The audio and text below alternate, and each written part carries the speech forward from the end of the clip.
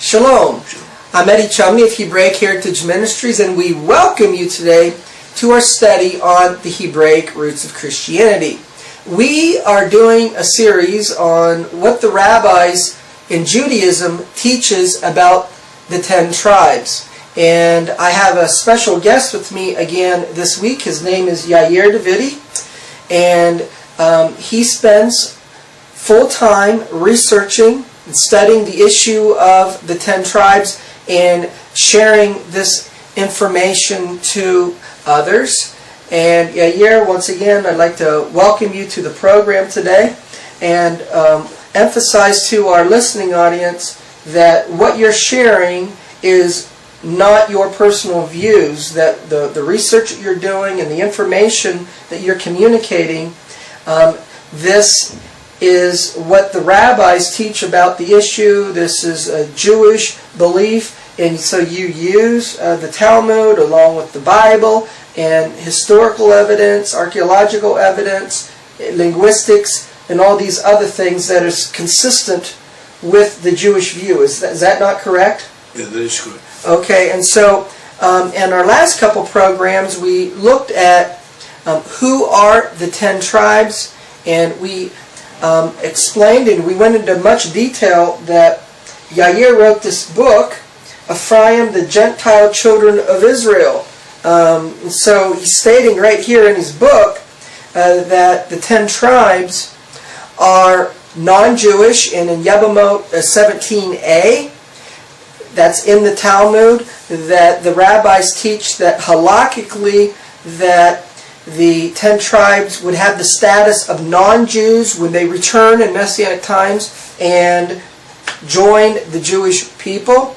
And then Yair did a marvelous job for us of explaining that there was an intermingling of the 12 tribes, and that there was a minority of the 12 tribes who sojourned with the house of Judah, and there was even a minority of the house of Judah that sojourned with the 10 tribes. That in the Assyrian captivity, it was not just the 10 tribes, but there were remnants of Judah that was taken in the Assyrian captivity. Likewise, in the Babylonian captivity, there were those of the 10 tribes who had stayed behind from the Assyrian captivity in the land of Israel. They were sojourning with Judah, and they were taken captive by the Babylonians. And then we looked at the issue from Chronicles about its mentioning Judah and the 10 tribes among different kings, King Asa, King Hezekiah, King Josiah, and you explained the historical situation that was going on there. That was not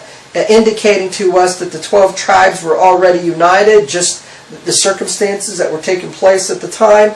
And from a Jewish understanding, the rabbis teach that the 12 tribes will be united in the future. It's a future event, and it is the task and role and function of the Messiah to do this. We mentioned about Nachmanides, who's a rabbi of the Middle Ages. He wrote this book, the Book of Redemption, and he deals with this issue in that book, explaining all these issues. So therefore, what we spent the last two programs doing, Maimonides describes with scriptural evidence in his book on the subject called the Book of Redemption. If you wanted to order and look up that book and get that book, I'm sure you could find that by doing so. Just to show that what Yair has explained is what Nachmanides wrote in his book,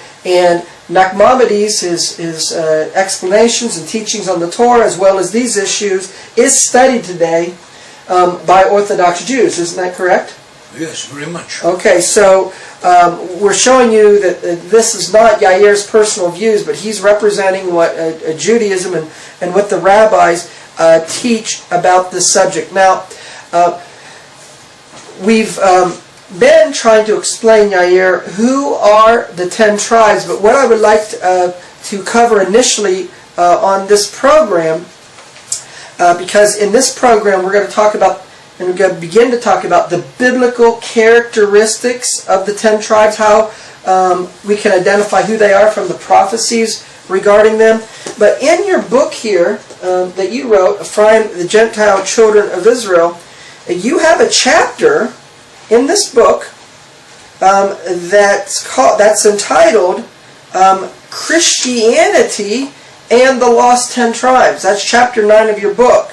So therefore, you're making a claim in this book then, Yair, that there are those of the 10 tribes today who are descended from the 10 tribes that they are practicing the religion of Christianity. Is that not correct? That's correct. Okay, that is correct. So you've come to that conclusion, understanding, especially those Western peoples, those in Europe, those in the United States, etc. But I want to read here, Yair, from your book, Ephraim, the Gentile Children of Israel, in the chapter of Christianity and the Lost Tribes, about a couple of the things here that you explain about the issue of how, in this case, linguistically and then scripturally, how the connection is made, in addition to a whole host of other evidences that we could study outside of this. But this is just an example. So on page 224 of your book, under the title of Hebrew Verbal Roots, it reads, in Hebrew, every single word may be considered as derived from a verbal root of 3 letters. All words based on the same 3 letters in the same order are assumed to have a similar internal meaning. The root, this is in Hebrew, the Nun, Zadi, and Resh, those 3 letters, is that from which the word Notzri, meaning Christian, is derived. So in Hebrew, the way you would say Christian is Notzri, or plural Notzrim. Is that correct? Yes. All right. So the word Christian in Hebrew, Notzri singular, Notzrim plural, has the Hebrew root letters Nun, Zadi, and Resh, and those 3 letters, root letters, can be associated to the town of Nazareth. Is that correct? Yes. And Nazareth is associated with the hometown of Jesus, or Yeshua. And then you go on to say, first of all, the verbal roots, and then you go on to say, and all events, the prophets and Isaiah especially, may be understood as employing this root in connection with the lost 10 tribes. And now you give examples. And so the example that you give, first the meaning of the word, it says that the Nun, the Zadi, and the Resh, and its derivatives generally connote preservation or guarding. In the spring, the shoot of a young tree is called a Nun, Zadi, Resh. Netzer, the same word. Netzer. Almost the same word. Since it preserves and continues qualities of its parents. So Netzer may therefore be applied to an heir or a descendant. Now in Isaiah 11:1, a rod will come forth from Jesse, and a netzer, English is branch, shall grow out of his roots. And this is associated with the future Messiah, who will be a descendant of David, the son of Jesse. And then you give another example where it says the children of Israel in the future will be the netzer, or English branch, of God's planting, Isaiah chapter 60 and verse 21. And then God promises that the tribes of Jacob, according to the context, meaning the lost 10 tribes in their places of exile, will be raised up, and the Natzuri, English is preserved, of Israel restored, and they will be a light to the Gentiles and salvation unto the ends of the earth. Isaiah chapter 49 and verse 6. And so first of all, before we go to the last example here, further explain to us what you were sharing in the book about this root word, how it has a connection to Christianity, and the meaning of that root and its related meanings, its family meanings. Okay, so Netzer also it can mean young root, it can mean a shoot, something which is preserved. If the root, the new shoot preserves the inheritance of his forefathers. Netzer can also mean not 3, can mean a guard, a shomer, someone who a security person. It's called Neter. Neter is in the Aramaic, in present day Hebrew. Now, in the old present modern Hebrew, you have to say Neter Notrim, is from the same root, with the Aramaic translation of it, transliteration of it, which means guard, the guards. So also the guardians can also use this root. The quotations that you read out, they are correct ones. That is how the Bible says, but also I pointed out that also can have here and there negative connotations also. So for those who are interested, there are also negative connotations to this word as well. That the Messiah will decide in the Messianic age. We will know how things turn out, who was right and who was wrong. The Bible definitely is saying whatever a person's individual attitude is towards Christianity, is saying that the lost tribes and the end times will be practicing a religion that can best be described as Christianity. Okay, now along that point, I want to read from same chapter in your book, Christianity and the Lost Tribes, relating, using this word that we are talking about, Netzer, or Natsar, in Hebrew, and I'm going to make a connection to Jeremiah chapter 31 verse 6, and then the commentary to it by Rabbi Don Isaac Arbabanel. Alright? So you said in Jeremiah chapter 31 verse 6, which the verse says, "For there shall be a day," that the English says, "that the watchman upon Mount Ephraim will cry, Arise and let us go to Zion unto the Lord our God." That you're saying here in your book in the Hebrew that this verse also talks about the Notzrim, and in this case both the simple sense of the passage as well as the opinion of most major Bible commentators, Yehonathan, Rashi, Radak, says that those spoken of are of the exiles of Israel.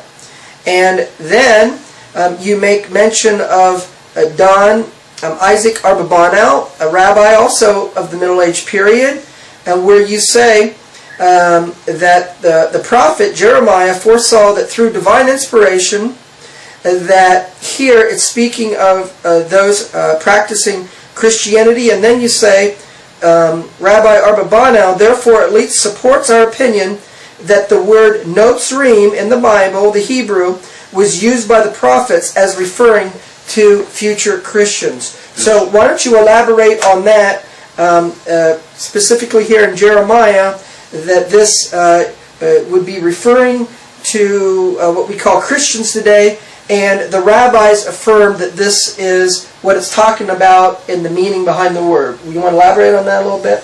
So first of all, was Don Isaac Abarbanel who made this association.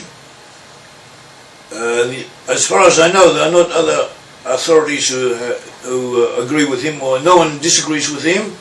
They've just left the case open. They have said that the relevant verse in which this term Notzrim in the Hebrew original, it's in the plural, not in the singular, not watchman, but watchmen, if you want to translate it, Notzrim. It is referring to the lost 10 tribes coming back. So after Yonatan and Radak and Rashi and the authorities who you quoted, or we quoted in this book, they say that it's referring to lost 10 tribes returning and on their way to reunite with the Jews, with Judah.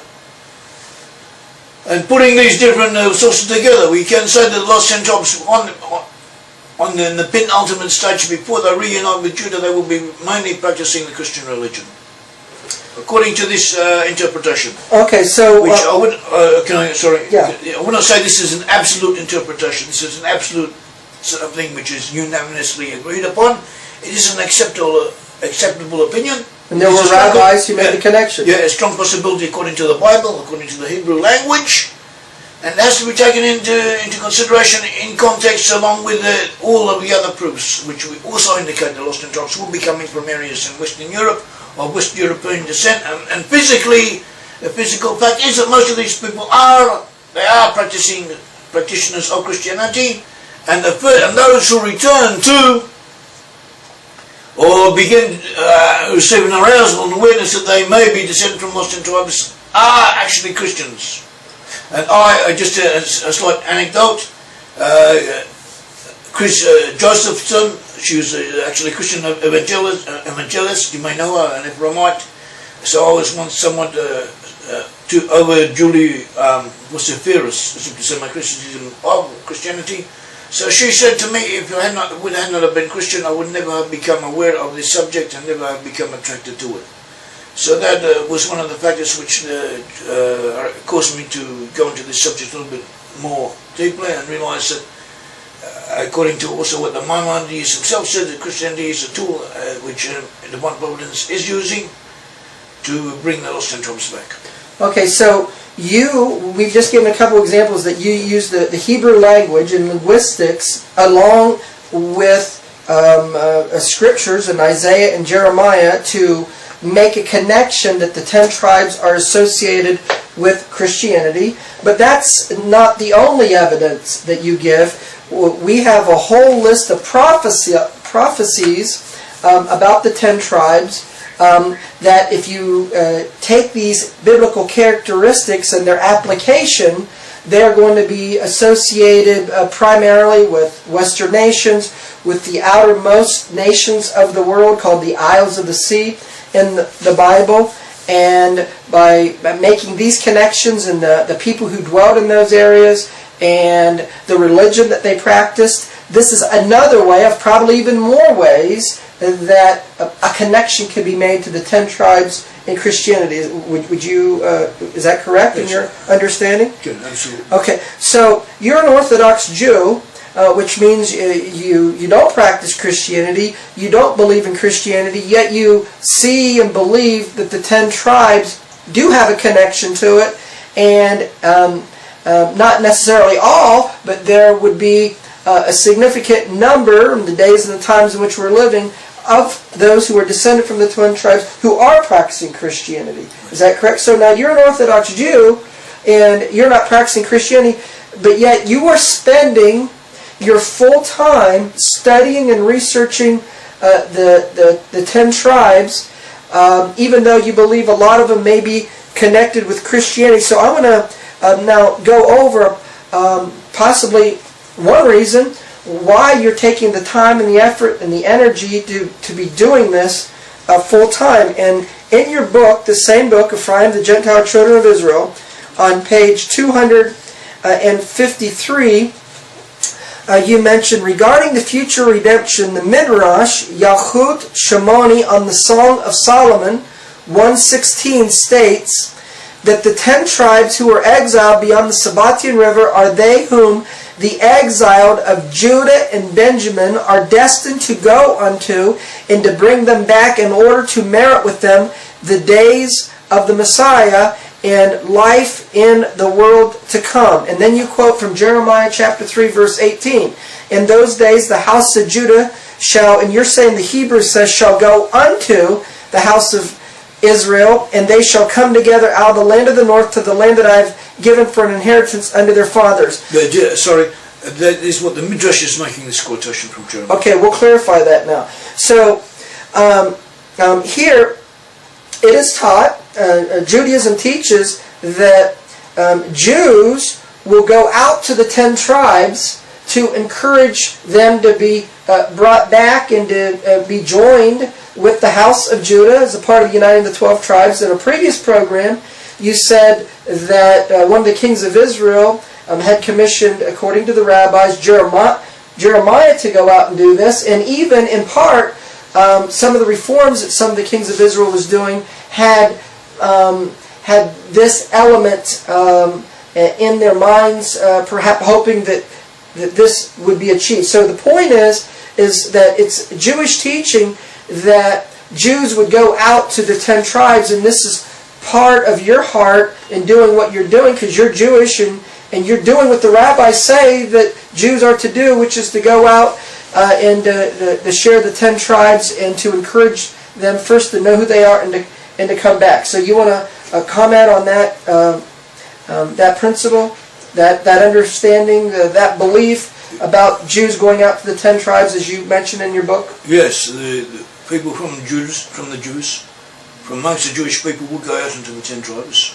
Another Midrash also says from Judah and Benjamin, will go out unto them and bring them back. And this is, as it says, this is also in accordance with the biblical verse, and this is what is happening. It could also be that amongst the Gentiles in the previous programs, also in this program we mentioned that there was an intermixture of Jews amongst the 10 tribes as well, or counted as part of the 10 tribes. It could also mean that amongst the people who physically descend from the 10 tribes of Israel, and have an awareness and beginning a process of return, that those who are descended from Jews, from Judah, are also active, or more active than others.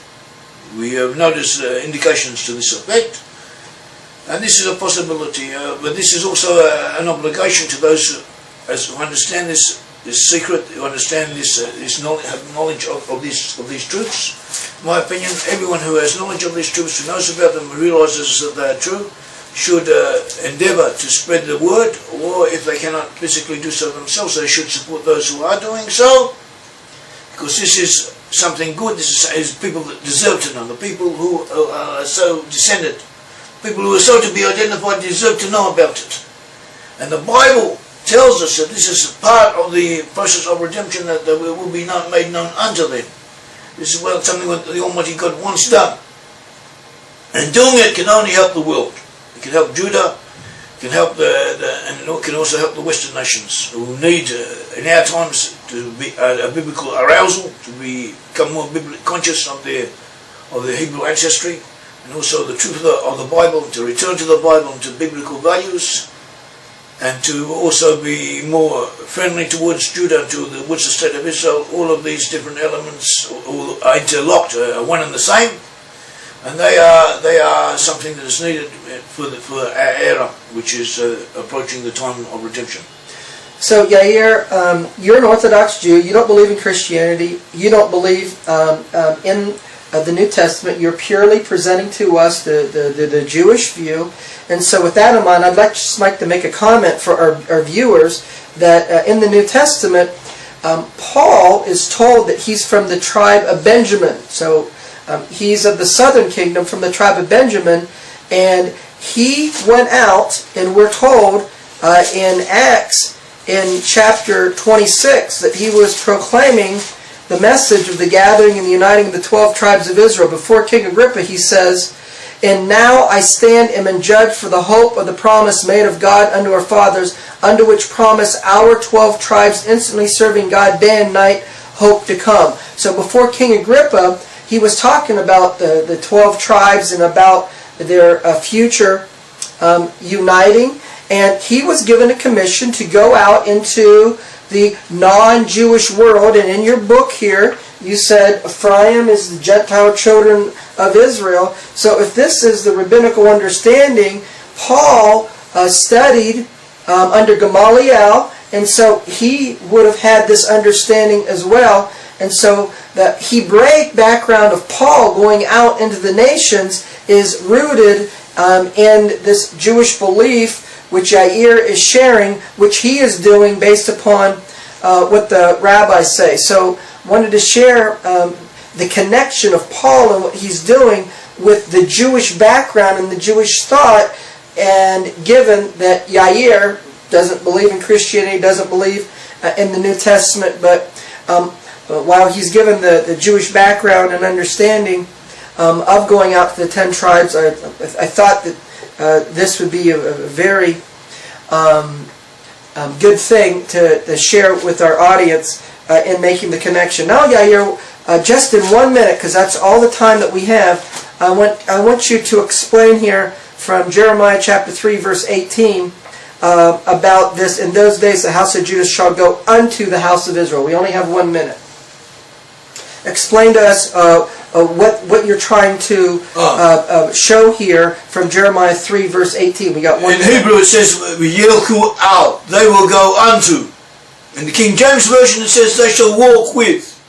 In other words, a King James Version could be understood that together they will go unto the house of Israel, and they shall say, "Let us go back." But the Hebrew is puts emphasis more on Judah. The initiative will come from Judah, and people from Judah will go unto the 10 tribes of Israel. Okay, so today in our program, in explaining who are the 10 tribes. In this program, we've given connection, at least from a Jewish point of view, and Yair Davidiy doing his research from his book Ephraim, the Gentile Children of Israel, that Christianity is connected to the 10 lost tribes. And Yair, I'd like to let our audience know that you've put together a whole bunch of research on this topic of the 10 tribes, and you got a website devoted to this issue. The website is Brit-Am.org, and there's a wealth of information there. And in addition to all types of research to show these different things, you've written a number of books, which we're going to be sharing more in ensuing programs. Ephraim, the Gentile Children of Israel, you wrote a book, Origin, a book about Joseph, Rule to Rule, the tribes, the Khazars. You've written a lot of books to share with people the research that you've done on this subject. So that's going to conclude our program for today.